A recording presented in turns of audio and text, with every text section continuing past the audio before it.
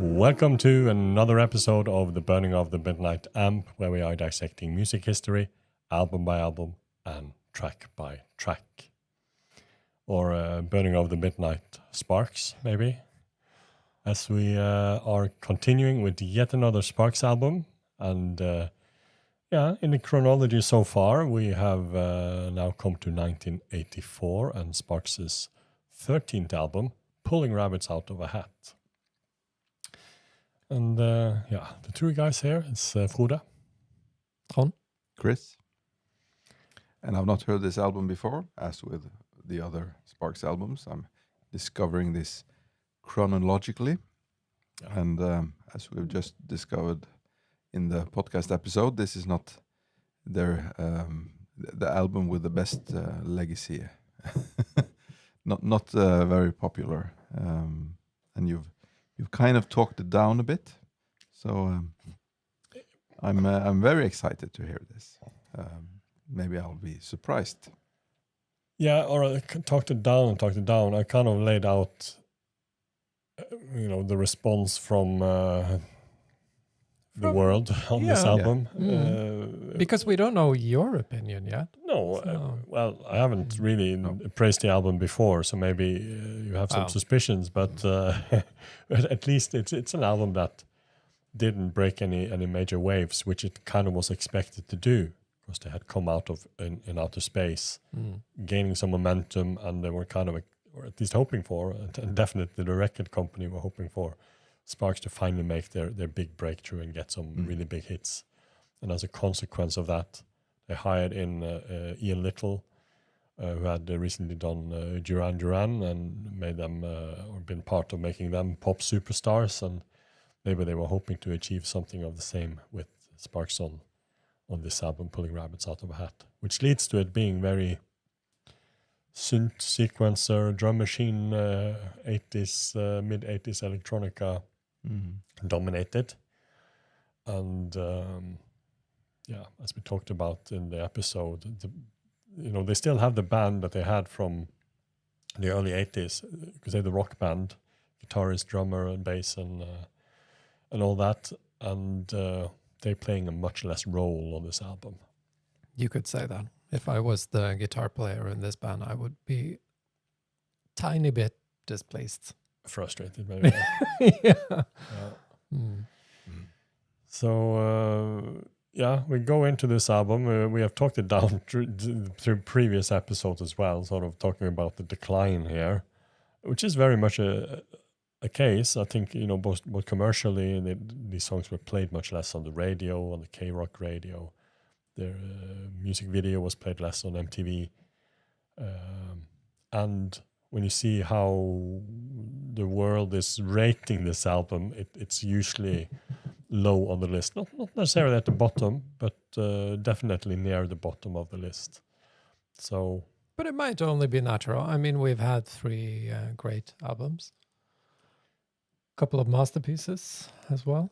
So and we listened to 12 albums, and this is still, I think out of those 12 albums we listened to, this is rated the lowest on there isn't any official lists or anything like that, but on lists that maybe could indicate how the world sees the different Sparks albums.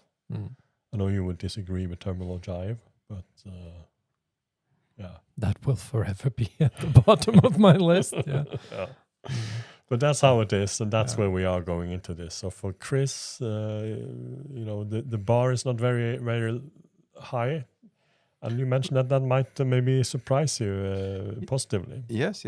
I really like the last 3 albums, and sometimes, we discussed this at length in the podcast, but when the 60s, 70s artists try to get commercial success in the 80s by using cutting-edge technology, the results are often quite interesting, and I often like those albums, even though those albums are not maybe on par with what they did before and what they did later, and then they are interesting albums in their own right. So I'm not prepared to say that this is a horrible album just because it's 80s and because it's trying to be commercial. Yeah, I'll listen with open ears. We'll see. Yeah. You did mention you like Neil Young's 80s album Trance. Of course, lovely. Which album. we all do. Lovely album. Yeah, but I don't think you would say much favorably about David Bowie's Never Let Me Down from the same period. No, that album really let me down. So we'll see where this fits. Yeah. Or rather than Trance, it's maybe more Landing on Water. Which is a great album, and I object once more. we will definitely come to that album, just so I can put the status for that one way higher than what it's been. We probably should. So maybe that's the next theme after Sparks. We'll take the 80s albums of the 60s, 70s stars and see how they fare. That's a good theme. Yeah, trying to give them new life. Yeah. Mm-hmm. No, but I think we will just jump into the first track, which is the title track, Pulling Rabbits Out of a Hat, written by the two brothers. It was not a single, surprisingly enough, but yeah, let's jump into it and see how it goes.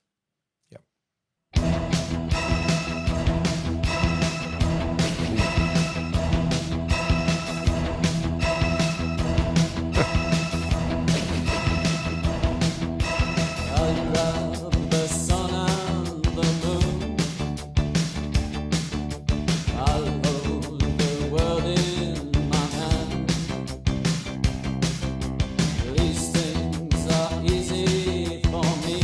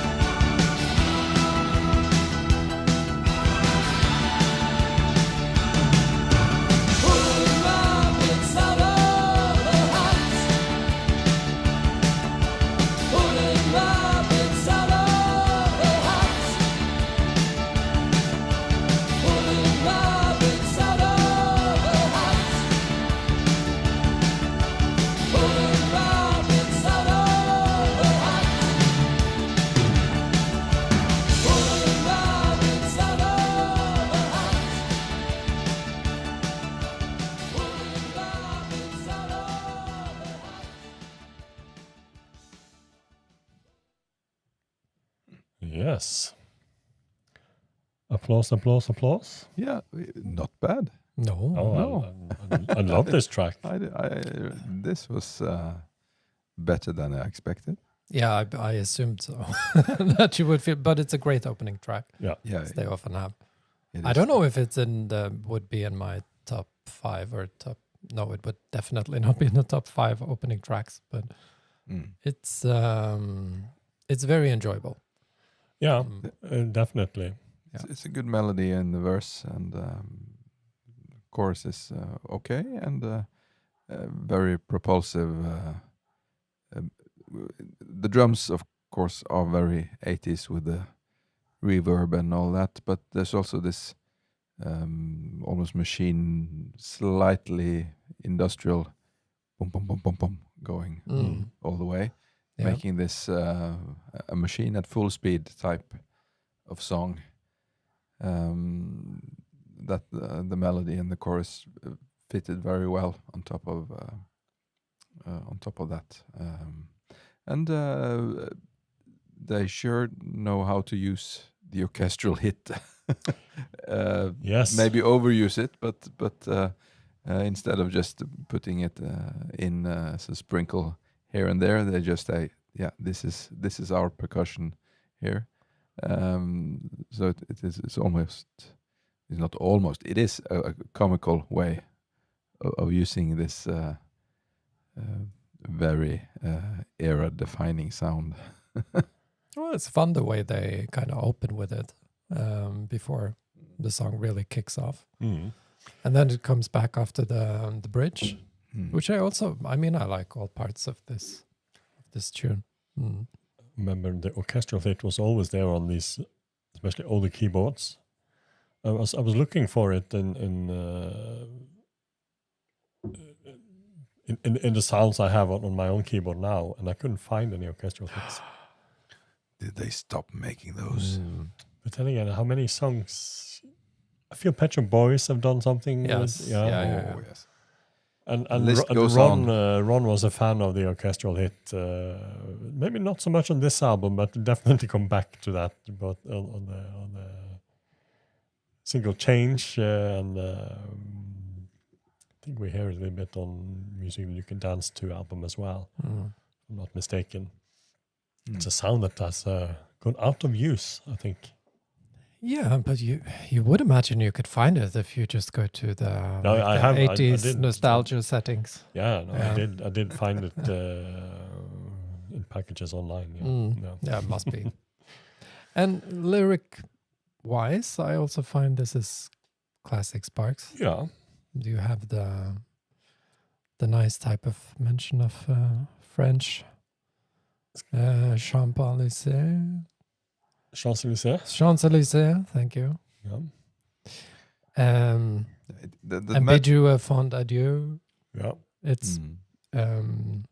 it's classic Sparks. And this is a very classic Sparks song, classic lyrics. It talks about Ron's favorite topic, relationship that's not going very well.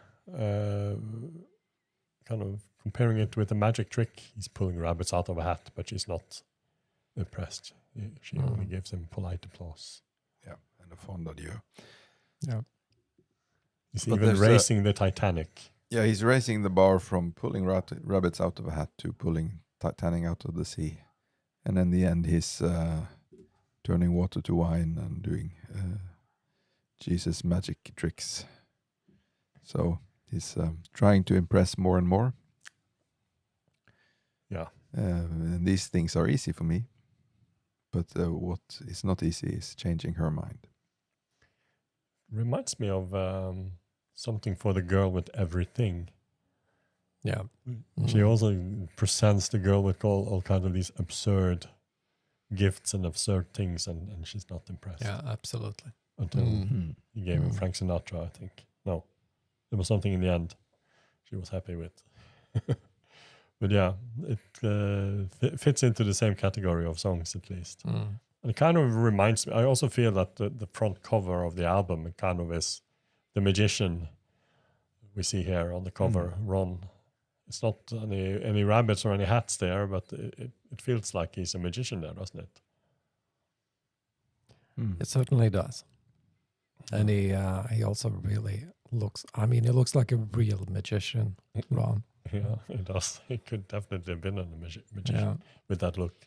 Yeah, put on a top hat and a tuxedo. And, I'm surprised if carpet. he's never starred as that. Yeah, I could say. With the top hat. Very big surprise that this wasn't a single at all. There were 3 singles from the album, and this is not even one of them. It's a big surprise, but this is clearly the obvious single choice for me. It's a scandal. Yeah, I mean, this would have been a hit, wouldn't it? At least on the same level as. Of course. If fans of Sparks and people who knew about Sparks in the 80s see, it's a new Sparks single available, and this is it. Well, they had made a nice video for it on MTV. I'm sure it would have done equally good as, maybe not, top 10 hit or anything like that, but they would have continued their good trend from 1983. I'm sure. Surely sounds like a hit. Yeah, it does. The singles they did release aren't as good. That's just the problem with those singles. And maybe the rest of the album as well. They just aren't as good as this song. So we're kind of open on the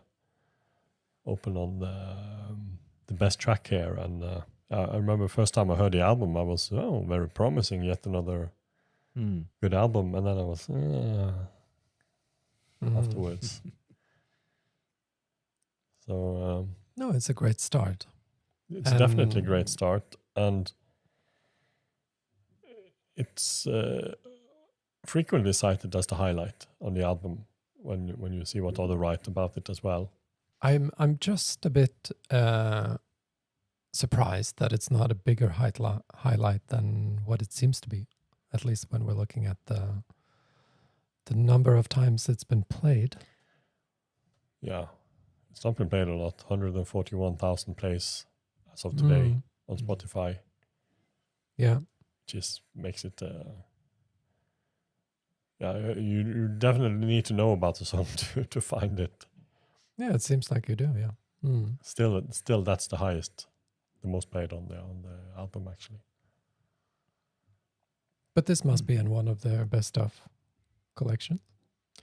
Yeah, I mean, it's a song they revisited several times. For example, they re-recorded it for the Plagiarism project in 1997, where they reinvent not all their, but a collection of their previous songs, almost like a re-recorded best of album, you could say. The 1997 version has a lush orchestral arrangement. I'm pretty sure it's done by Tony Visconti. Yeah. So it shows that the two brothers definitely saw something in the song. It was played sporadically. It was played a little bit in '86, mid-90. After the Plagiarism album came out, it was played a little bit. And in 2014 and 2015, they played 4 concerts where they did the whole Kimono Mai album from start to finish as part 1 of the set list, and then they had a collection of other songs in the other part, and here they actually played this track. I'd be very happy to hear this live. But then it has kind of like that symphony orchestra feeling that plagiarism. They kind of do the plagiarism version, you could say. Okay. And they did play it on, or mimed it is the correct term, on American Bandstand.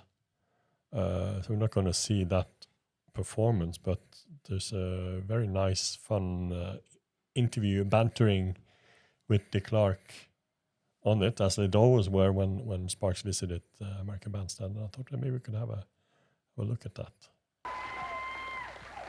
Oh, they don't make it suits like that anymore. Hi, Dick.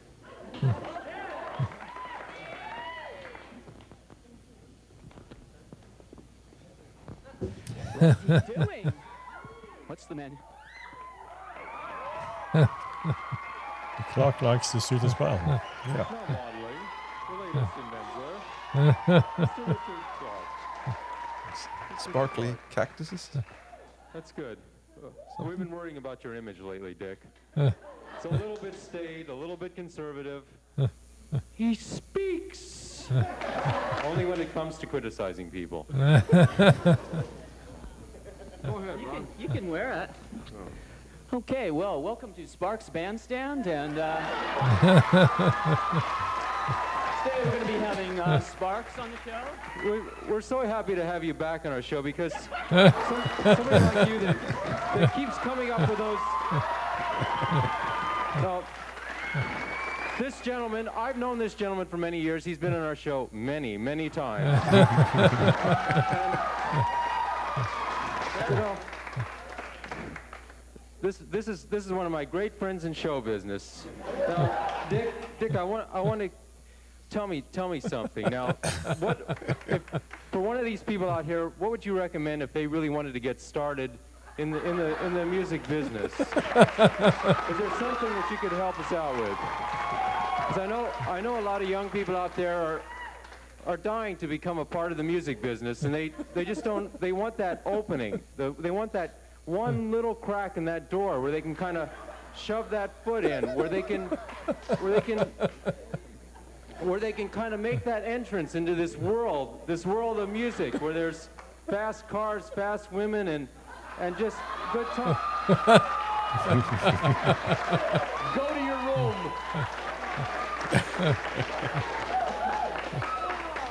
Now he's going to sulk, isn't he? Yeah, I know. Aren't you happy you had Sparks on? Do you know that's the first time that's ever happened? I lost control of this You microphone. did. I was proud of you. He's a little scary, you know. Yeah, well, you know, they let him out, once a week to do TV shows, and What was the toughest audience you ever worked to? well, we were in Japan about 3 or 4 months ago, and it was really interesting to see it. They have the equivalent of American Bandstand over there. What's it called? It's a show that's called, in English, they say it Funky Tomato. So it's an amazing show because it's a similar type of thing with kids and everything, and there's, a host of the show, and he comes out and he's speaking words that we don't have a clue what he's saying. He's going, Sparks, Funky Tomato. All right, now, I hate to tell you, but Ron used up my interview time. Quickly introduce nothing me else. again to my friends, please. Bob Haig on Thank you, guitar. Bob. Welcome back. John Thomas, Thank you, John. David Kendrick, Thank you, David. Les Boheme, or Tony as he's nicknamed, Thank you, sir. Next song is called? Pretending to be drunk. Yeah. Will you be all right, Ronald? May we continue? I gotta concentrate. Please don't bother me.